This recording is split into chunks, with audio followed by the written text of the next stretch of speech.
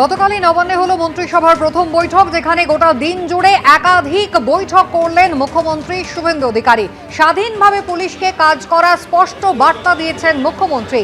কাজের প্রয়োজনে সকলের সঙ্গে কথা বলুন, শাসক হোক বা বিরোধী, নির্ভয় যাতে সকলে কাজ করেন সেই বার্তা গতকাল দিয়েছেন শুভেন্দু অধিকারী।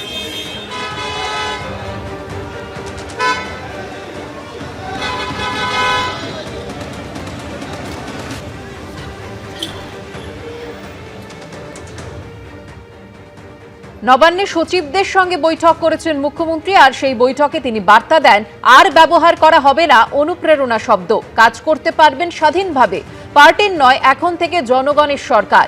অনেক হ্যাঁকে সম্মতি জানিয়ে হ্যাঁ বলেছেন, আমাকে আর এটা বলতে হবে না, সরকারকে সুচিন্তিত মতামত দেবেন, বার্তা মুখ্যমন্ত্রীর।